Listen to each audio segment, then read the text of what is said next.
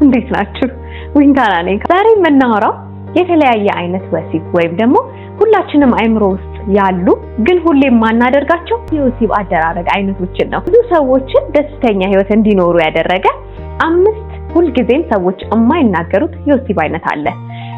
አንደኛው ሁላችንም አይምሮ ውስጥ ሊኖር የሚችል የወሲብ አይነት ኃይል የበዛበት የወሲብ አይነት ነው። ኃይል የበዛበት ስንል አንዳንድ ጊዜ ይሄ ወሲብ አይነት የሚታየው አግሬሲቭ የሆኑ ሰዎች ወይም በጣም ብዙ ጊዜ የሚጋጩ የሚጣሉ የሚነጫነጩ ሰዎች ልክ እንደ ወሲብን ጸብ ማብረጃ ያደርጉታል። አብዛኛውን ጊዜ ወንዶች ያስቡታል፣ ይፈልጉታል፣ ግን አይናገሩም። ምክንያቱም ሴቶች ይቀበሉናል ብለው አያስቡም። ወይም ደግሞ ከረጅም ጊዜ በኋላ ይሄን ሐሳብ ባነሳው ከየት ተምረ ነው ማናት ይሄን ያሳየች ሌላ ነገር ለምዳል ማለት ነው ትለኛለች ብለን ስለምንፈራ አንናገርም። ይሄኛው ኃይል የበዛበት ግን ብዙ ሰዎች ልብ ውስጥ አለ። ምን ያህሉ ያደርጉታል እንግዲህ አላውቅም። ሁለተኛው ሁላችንም አይምሮ ውስጥ የሚኖረው ግን ሁሉ ጊዜ ማናደርገው ወሲብ ያልተለመደ ቦታ ላይ የምናደርገው ነው። ሁሉ ጊዜ አንድ አይነት ምግብ መብላት እንደሚያስጠላን ወይም ሁሉ ጊዜ አንድ አይነት ልብስ መልበስ ደስ እንደማይለን እንደዚሁም ወሲብ አንድ አይነት ቦታ ላይ ሲሆን በጣም የሚሰለች ይመስለኛል። ለምሳሌ ቤት ውስጥ ሊሆን ይችላል። አልጋ ላይ ሁሉ ጊዜ የሚያደርጉ ሰዎች በጣም ይሰለቻቸዋል። ቤት ውስጥ ብቻ ስናስበው ስንት አይነት ቦታ አለ አይደል? ሳሎን ቤት አለ፣ ጠረጴዛና ወንበር ያላችሁ ሰዎች እሱም ኦፕሽን ነው።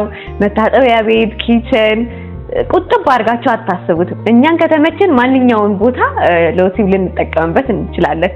ቢሮ ውስጥ፣ መዝናኛ ቦታ ሄደን እንደዚህ አይነት ቦታዎች ላይ ብቻ አድርገን የማናቀበት ቦታ ላይ ስናደርግ ጣዕሙ ራሱ የተለየ ይሆናል። አንዳንድ ጊዜ እንዴት ነው ምግብ ሲቀርብልን በአንድ አይነት መንገድ ሁሌ በለመድነው ሳህንና አቀራረብ ሲቀርብ ብዙ አንደነቅም አይደል? አቀራረቡን ለየት ሲል ከጎኑ የሆነ ነገሮች ሲኖሩ የዛሬ ምሳ በጣም አይን ይስባል እንላለን እና ለመብላትም አፒታይታችን ይከፈታል። ልክ እንደሱ ወሲብም የተለያየ ቦታ ስናደርገው ወይም አድርገን የማናቀበት ቦታ ላይ ሲሆን ጣዕሙ በጣም አሪፍ ይሆናል። ኢንጆይ እናደርገዋለን፣ ከመሰላቸትም እንድናለን። ሶስተኛው በሁላችንም አይምሮ ውስጥ በተለይ በሴቶች አይምሮ ውስጥ ሁሌ የሚመላለስ ይመስለኛል ፍቅር የበዛበትና የተዋበ ቦታ ላይ የምናደርገው ወሲብ። አዳዲስ ፍቅረኛሞች ብዙ ጊዜ ያዘወትሩታል። ሴቶች በተለይ አበባ ማድረግ፣ ሻማ፣ ዋይን፣ በሻማ ብርሃን ብቻ መብራት አጥፍተን እንደዚህ አይነት ነገር ሴቶች በጣም ኢንጆይ ያደርጉታል። ስለዚህ ኢንጆይ እንዲያደርጉት እንደ አዲስ ፍቅረኛሞች እንዲሆኑ ያደርጋቸዋል።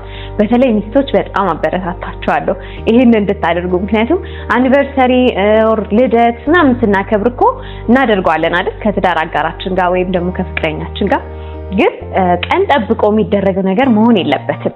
ይሄ የተደጋገመውን ነገር ለማስወገድ ጥሩ ሙድ ይፈጥርልናል። አይምሯችንም ደስተኛ ይሆናል። የምናደርገው ወሲብ በጣም የሚያዝናናና ደስ የሚል ይሆናል። አራተኛው ሁላችንም አይምሮ ውስጥ ያለ የወሲብ አይነት ደግሞ በግል ፍላጎታችን ላይ የተመሰረተ ነው። እንግዲህ ይሄ እንደ አእምሯችን እንደ አስተዳደጋችን እንደምናየው ነገር ወይም እንደምንኖረው ህይወት ይለያያል ፍላጎታችን አይደል? ግን ለአጭር ጊዜ ግንኙነት ሳይሆን በተለይ ረጅም ጊዜ ፍቅረኛሞች ከሆነን በተለይ ደግሞ የትዳር አጋሮች ወይም ባልና ሚስት ከሆነን ምንም አይነት ነገር ልንደብቅ አይገባም ብዬ አስባለሁኝ። ምንፈልገውን ነገር የሚያስደስተንን ነገር በመነጋገር ደስተኛ ህይወት መኖር እንችላለን። በተለይ ሴቶች የምናፍር ይመስለኛል እንዲህ አይነት ነገሮች ለመናገር። ግን ነፃ ሆነን የትዳር አጋራችንን ነፃ ማድረግ ይኖርብናል። ልክ ሆቴል ውስጥ ስትገቡ የዛሬ ስፔሻል እንደሚባለው ወሲብ ላይም የኔ ስፔሻል ይሄ ነው ያንተ ስፔሻል ምንድነው መባባል መልመድ አለብን። አለበለዚያ የተሰላቸ ህይወት እንኖራለን። ሁሉ ጊዜ በለመድነው መንገድ ማድረግ ደስተኛ አያደርግም። መነጋገር ደግሞ ግልጽ መሆን በራሱ በጣም ኢንጆይ የሚደረግ ነገር ነው። አዳዲስም ነገር መሞከር ደስ ይላል እኮ አይደል እንዴ? ቤታችን ውስጥ ነን መቼም ትዳር ውስጥ የምንፈራው ሰው ይኖራል ብዬ አላስብም። ሚስጥር የለም።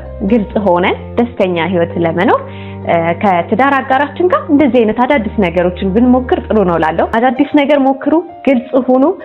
በጣም ደስ የሚልና ኢንጆይ የምታደርጉት የትዳር ወይም የወሲብ ህይወት እመኝላችኋለሁ። ከኔ ጋር ስለቆያችሁ በጣም ደስ ብሎኛል። የዛሬን ጨረስኩኝ። ኮሜንት እና ሰብስክራይብ እንዳትረሱ። ቻው።